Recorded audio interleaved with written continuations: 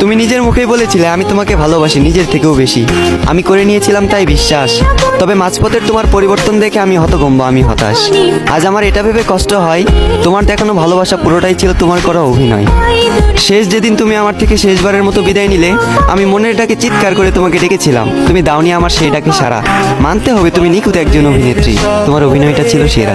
আমার বিকল্পে হয়তো তোমার হাজার জন ছিল, তবে আমার জীবনে কেউ ছিল না শুধুমাত্র তুমি ছাড়া।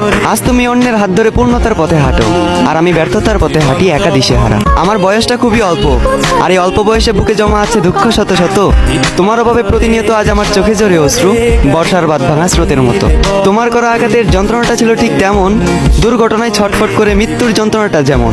ভাগ্যিস পুনর্জন্ম বলতে কিছু হয় না, যদি পুনর্জন্ম বলতে কিছু হতো তাহলে আমি সেজন্মে তোমার পিছু নিতাম, ভালোবাসার অভিনয় করে একদিন ছেড়ে যেতাম, তোমাকে বুঝিয়ে দিতাম বিচ্ছেদের ব্যথাটা আসলে কেমন। কল্পনারী